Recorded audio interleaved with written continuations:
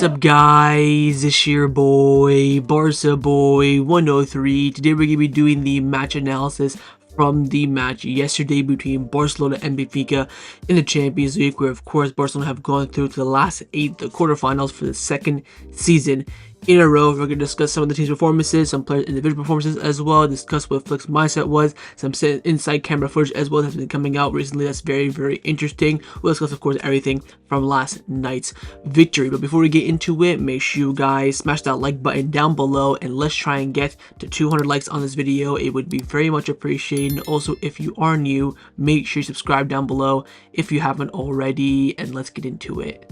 Now, the first point that I want to discuss from this match is how well Barcelona have improved in terms of their decisiveness on the pitch. Of course, first you can see here the SofaScore rating of the starting 11 players. You can see there, of course, a mix of ratings with some playing at an average and some, of course, playing at a higher level. In the end, you can see the consensus was it was a good performance overall for Barcelona. I think the average SofaScore rating was a 7.2, if I'm not mistaken, which actually is quite decent in terms of, SofaScore's perspective on reading the game. You can see, of course, here the average positioning of the players in the match. Left hand side is the starting 11, on the right hand side with the substitutions being incorporated. You can see here a lot of that went over Barcelona. A lot of that shift and attacking prowess was coming down the left hand side. And also another thing to note as well is where the line is. Of course, the defensive line. We see a lot of games that's touching our own half, but in this game as well, we saw how conservative we were, especially in that second half. No goals were scored, and most importantly, no goals were conceded. And that's because, of course, Flick dropped the line back. We have the 4-1 lead, of course, on aggregate. Let's not try and risk it and play with it whatsoever. Let's take it, go home, move on to the next round. Right hand side, in terms of with the substitutions coming in, no real surprises or no real changes there. Left hand side, very interesting to see that diamond there of Rafa, Lewa, Dani Olmo, and Pedri being also close to each other here with Frankie as well. So this shows how dominant the left hand side was. You can see Lewa playing more deeper than Raphinha again, which shows how much of his role has changed in recent affairs as opposed to how well Rafa is excelling in his roles. But very interesting to see there nonetheless. Now, if you take a look at some of the stats from this match, first in terms of the possession, Barcelona did complete the game with 65% of the possession, 2.52 xG, 4 big chances created, 20 shots, 1 goalkeeper save, 1 corner kick, 4 fouls, 650 passes attempted, 19 tackles, and 8 free kicks in, of course, our favor. Now, of the 20 shots, 6 of them were on target, 9 of them were off target, 5 were blocked, 13 inside the box, 7 outside the box. So a good dynamic there, but the accuracy wasn't at the best with 20 shots, only 6 of them on target, which isn't that great. Of the 4 big chances that we create, 1 of them was scored, 3 of them were missed. Now, I can think of the 3 off the top of my head, which just shows, again, the clinicality issue there. I mean, again, if you're creating 4, I expect you to score 2, so we're not that far off, but again, it's just a bit disappointing. But again, we scored 3 goals, so we can't really complain too much. 31 touches in the penalty area, 4 fouls in the final third, and 3 offsides, of course, given in our favor. Now, in terms of where the ball was spent, the heat map of the possession of the ball, you can see 49% was spent in the half of the middle of the park, 29% in the Benfica half, then 26% in the Barcelona half. Of course, that last 20 minutes probably brought that percentage up quite a lot, just due to us, controlling the game, and then them, of course, passing in our final third, in our half, not really doing anything whatsoever. Of the 600, I think, was it 50 passes attempted, 580 were successful, 15 throw-ins, 43 final third entries, 7% successful in the final third entries, 44% successful in the long balls, and 40% successful on the crosses. 55% successful in the duels, 70 times dispossessed, 50% success rate in the ground duels, 62% in the air. That basically due to Araujo pretty much, and 45% dribble success rate, and also 74% of our tackles were won in this game. Now, the main thing to look at from these stats, of course, is the improvement on the effective side for Barcelona. The fact that the numbers are, quite in the natural region, we are being effective. If we go back, of course, to the example of the XG, 2.5 XG, of course, 3 goals scored. But then again, on the flip side, you can see the 4 big chances, only 1 score. Theoretically speaking, if you score at least half your big chances, result should have been 4-1 tonight. And again, the goal conceded was a bit annoying as well, which takes away from the stats. Because on the goal conceded, there has been a clip of Araujo's defending on the goal, and I'll tell you what, it is absolutely shocking. You can see here he's clearly zonal marking, which means he's going to stay in that one area and not move. But you can just see Otamendi run off of the defender right in behind him and just easily win that header. You can see how weak he was in the air as well. And this is the problem with Araujo, right? In big UCL games, he tends to maybe lose focus,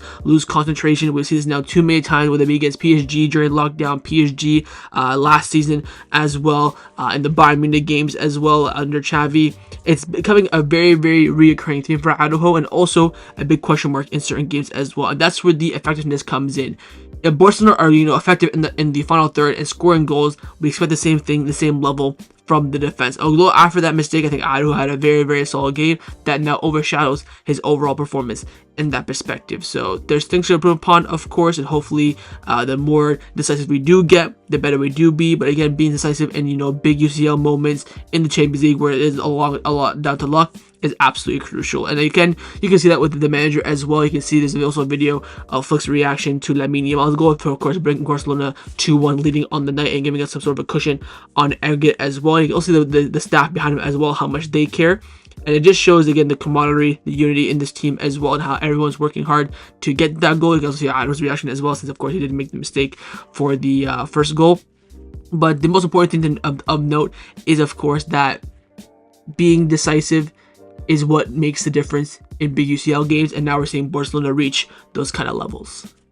Now, the second thing that I want to mention from this match is, of course, the improvement at Alejandro Balde this season, more specifically in the year 2025. In the match, he got 7.4 sub-score rating. You can see from his team, of course, playing mainly as a left back, played 90 minutes, had 1 assist, 2 clearances, 1 total tackle, to the 12 ground duels, won 7 of them, 1 aerial duel and 1-1, committed 1 foul himself, 94 touches, 90% pass accuracy, only misplacing 6 passes. He had 2 key passes, and he also attempted 7 dribbles and completed 5. Now, after the game, Balde did mention that he feels like he's in the best moment of his Barcelona career, that this is his, peak so far in his career for Barcelona. And to be honest, I would disagree a little bit, but I can understand his perspective, because I still think that Balde that we saw under Xavi in that first season, the first full season, was better than this version. But this version, for me, is more complete, defensively and going forward. Again, no player is perfect, and the issue with Balde, of course, is being decisive on his crosses, which is why Gerard Martin does get minutes here and there, because I think on the crosses,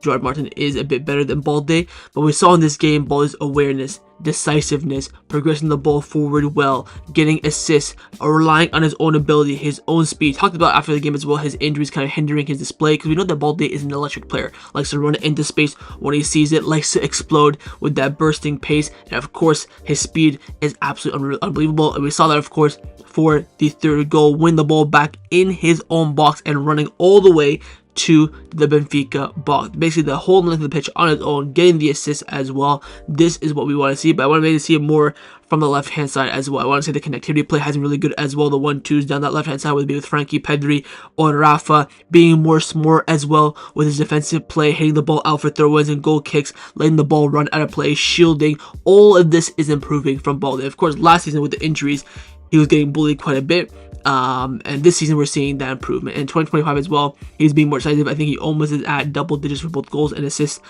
this season, of course, combined, which is what I probably expect from both fullbacks. I think Kounde is already on that, if I'm not mistaken. I think he has 3 goals, 7 assists, something like that.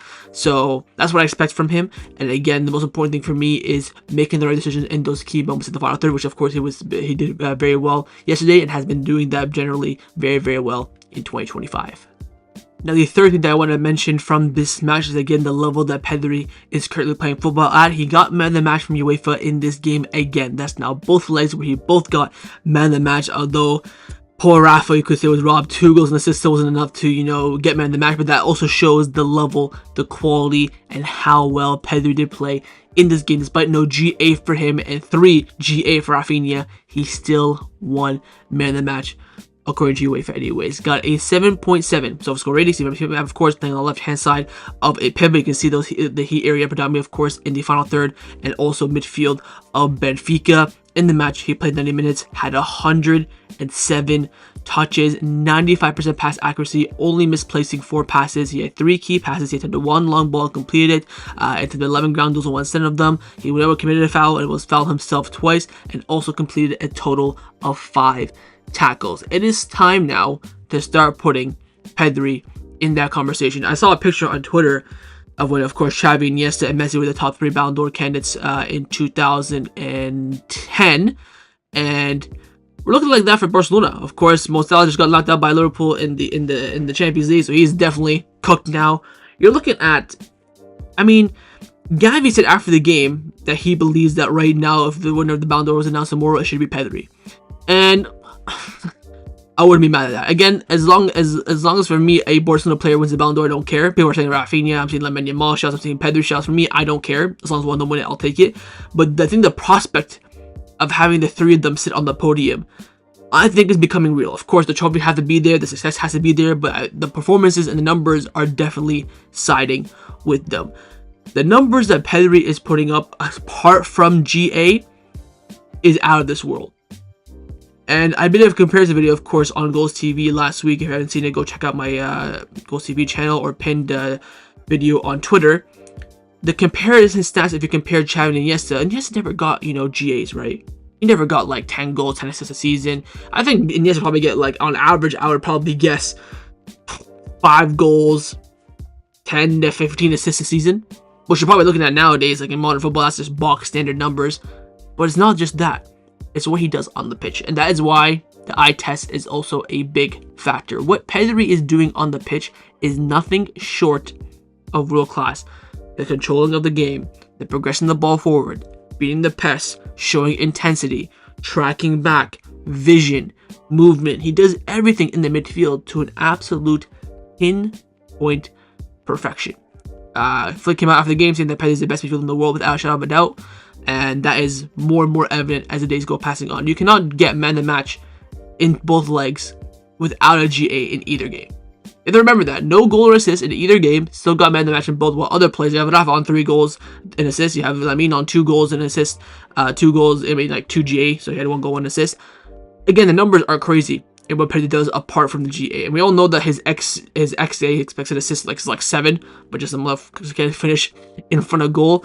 But again, the thing with Pedri is that he is seriously charging now, I think, for the Ballon d'Or with his performances. Again, numbers won't be on his side too much in terms of GA, but the eye test is unbeatable, and what he's doing in that midfield is absolutely magnificent, and he is carrying that team a lot in transition, especially in the final third as well. I still believe personally that Lamine Yamal is the most important player for Barcelona in terms of the style, the system, but you can definitely make the argument for Pedri. Of course, I think Pedri is the most consistent player in this team without a shadow of a doubt, and he's proving that with his performances week in, week out. Now, the fourth thing that I want to mention from this game is something that we learned about Lamine Yamal, which you can see there in the caption. Lamine Yamal looks scary when, and I'll tell you guys that in just a second. Let's take a look at his stats first. Got an 8.4 total score rating. So you have of course, playing as a right winger, mainly, of course, in the final third of Benfica. Played 82 minutes, 1 goal, 1 assist, 6-7 touches, 68% pass actually, but only theoretically, misplacing 8 passes there in total. He had 2 key passes, created 1 big chance. He had 2 shots on target, 3 shots off target. He had 12 dribbles and completed 5 of them. He had 16 ground duels and won 7 of them. Lost possession 25 times, which I think is quite high for him. 1 interception and 2 tackles. The possession loss for Lamine Yamal should definitely be under 20. He should not be losing the ball that much. And again, if you are losing the ball that much, you need to be more decisive. But again, he was decisive this game with 1 goal and 1 assist. Doing this all, of course, while fasting. Of course, broke his fast mid-game as well for Ramadan, which I saw a lot of journalists complaining about. I'm like, it's not just Lamine Yamal. There are a few Benfica players. I think there's more Muslims on the Benfica team that had to break their fast during this game. So it's not just him. It didn't all just stop the game for Lamine Yamal, which some journalists in Spain were saying. And you know what? I mean, it takes like 5 seconds. There's probably already an injury anyways. Hydration break. I mean, the guy hasn't eaten or drinking all day. Just shut the hell up and eat for 5 minutes, and then we can move on. But the thing that I think that's very, very crazy about Lamine, and though I say that in the caption that he looks scary when, and that is when he becomes clinical. We saw in this game, again, people criticize Lamine, oh, he doesn't score goals in La Liga, blah, blah, blah, doesn't score goals, period. Some people even say, when he starts scoring, there might be no stopping him. I mean, I think he gets into really good areas. I think even a lot of the shots that are like in prime areas just get blocked, unfortunately, which again, I think is a testament to him needing to improve in terms of being decisive. But like we talked about with Dembele in the past, we talked about this with Vinicius in the past, because you can see it from the eye test. Once he gets that finishing down pat, pinpoint perfection, he's cooking. I don't think even Vinicius' passing, shooting is, pinpoint perfection, but of course has improved from his first few years at Real Madrid. This is why he was, he's doing well for them. But I don't think his finishing is perfect. I've seen him miss so many easy chances.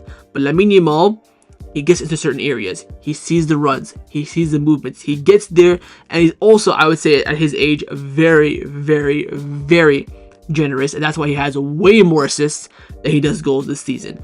But once he gets the finishing down pat, I genuinely think no one right now in the world of football stops him. Maybe Van Dijk, but Van Dijk hopefully will be done and out of football and retired by the time Lamine gets his finishing down pat. Again, remember, he's only just 17 years old, but we already know how scary he is and how effective he is in game, and once he has that also shooting ability to have defenders worry about that, there's really no stopping him.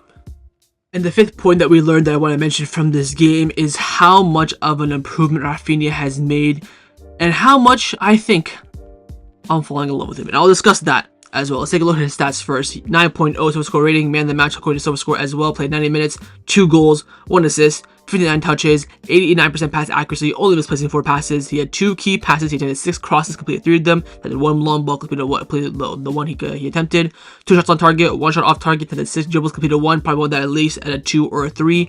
Lost it 13 times, which again makes sense. Lamine Yamal, take note. Committed 1 foul, was not foul, and was out himself twice. Also was offside 3 times as well. Now, if you don't know this, I'll give you a little bit of insight. My favorite Barcelona player of all time is not Messi, although I do absolutely love Messi to bits. I think Messi is my favorite player of all time, but not my favorite Barcelona player. My favorite Barcelona player of all time is Gerard Piqué. The reason for that is because when I watch Piqué play, not only is he absolutely fucking elite and probably the greatest center back the game has ever seen, easily top 3 in my opinion, the greatest. Again, I am a bit biased there, but I can definitely say he's top 3. Maybe if you don't want to say top 1, he's not. Anyways.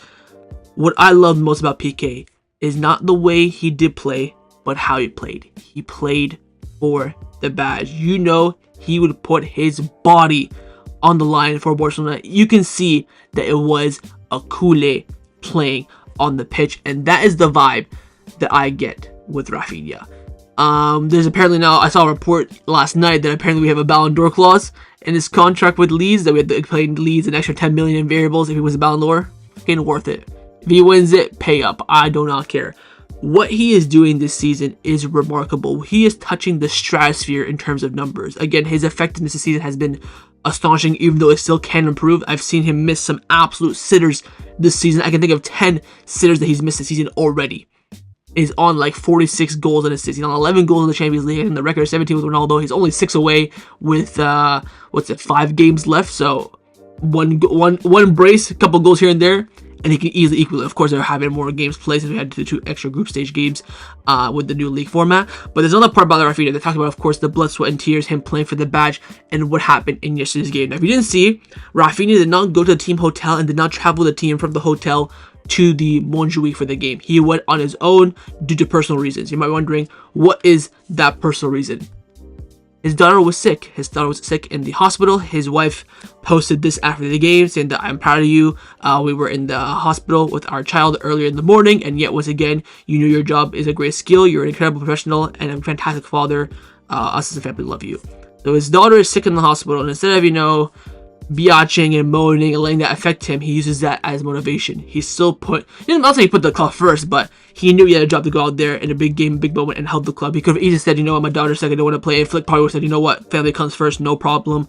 Take your time with it, whatever the case may be. I'm not saying here he loves the club more than his daughter. I'm not saying he's putting the club first over his daughter. I'm sure if she was in a worse condition, he would have stayed. But my point being is that he's having these things in his life, but yet you can see on the pitch, the fight is still there. This is what is crazy about Rafa, man. He's just a jugador of jugador, and we knew this when we signed Rafa. This is why I was excited about his signing. He was the right profile that we were missing. Again, in the first 2 seasons, by the way, he got 20 goals and assists in this first season and second season, which I think is good numbers. Not saying fantastic, not saying poor, good numbers. We witnessed with Rafa build up play, shifting, momentum, reading of the game, defensive work rate, effectiveness was all perfect. And the problem was what? His effectiveness. And this season, the effectiveness now is not even perfect, but has drastically improved, and look how good he is. This is the talent that Xavi saw, and this is the reason why Xavi pushed for his signing. And he's just now repaying us for that whole entire transfer saga with the Leeds, and of course us being broke at the time. But Raphinha is an absolutely unbelievable level. I love him because not only the way he plays and how the effectiveness he plays, but how he plays with the badge, with the colors in mind for the club and not for himself. So that was a match analysis from the match yesterday between Barcelona and Benfica in the Champions League. Hopefully you guys enjoyed this video. If you did, of course, make sure you drop a like down below, and of course in the comments down below as well, let me know your thoughts on everything we did discuss. And of course, make sure you guys subscribe down below as well if you haven't already, and I will see you guys next time on the channel. Take care and Forza Barca.